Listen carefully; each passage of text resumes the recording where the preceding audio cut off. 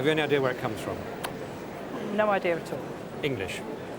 English, and the date, that lovely tripod base in the Chippendale style, but about a generation or two later, about 1830, 1840, so William IV, early Victorian.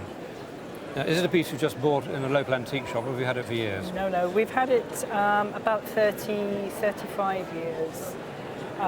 It was my husband's grandfather's, but I know none of the history. Right, well, it's probably been your family forever by the sound of it, yes. But of course what we have to focus on is the top. And this is a very specific Derbyshire English style.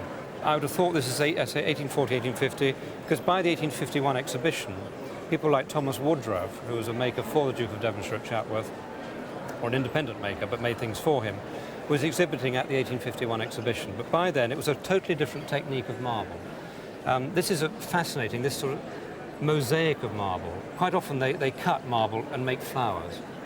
Peonies, sweet williams, any type of floral device, which is one technique. This is a rarer technique, and you've got these endless different things. I mean, let's start, that's a fairly easy one there. I'm not going to test it on them, but they're quite difficult. That's malachite, Russian malachite. Here we have some lapis lazuli by the look of it, little gold flecks in it. And here, it's very difficult. I mean, it looks like just a fossil.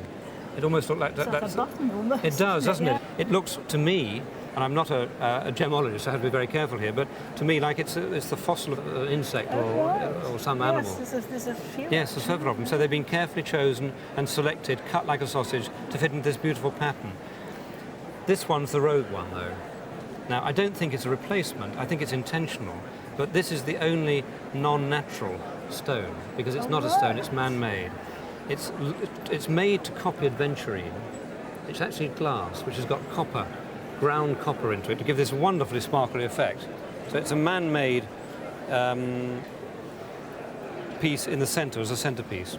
We did wonder at one time whether the top and the pedestal were of one, but obviously they are. 100%, 100%, absolutely.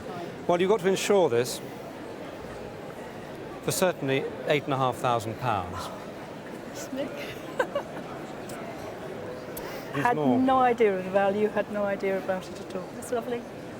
Well, it was bequeathed to my husband about 8 years ago by a person who'd been secretary of the Kennel Association in Brecon.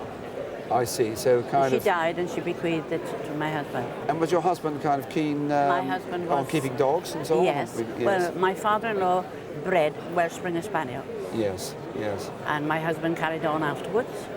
And you're telling me these are definitely Welsh Springer Spaniels? Welsh, yes. And of course the artist here, whose signature here, Maud Earl, very well-known painter. Yes. The date of the painting here, 1902. That was the date it was presented, yes. So it was obviously painted probably within a short period of time from that date. Well, I would think so, yes. Yes. For my taste, I like it, this kind of the studies against the grey background, yes. the unfinished quality of the painting, but possibly people who want works by Maud Earl may want something much more complete.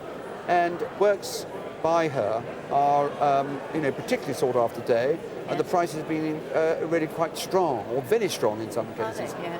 I would have thought possibly the value is £6,000 to £8,000, even possibly £10,000. Yes, very nice, yes.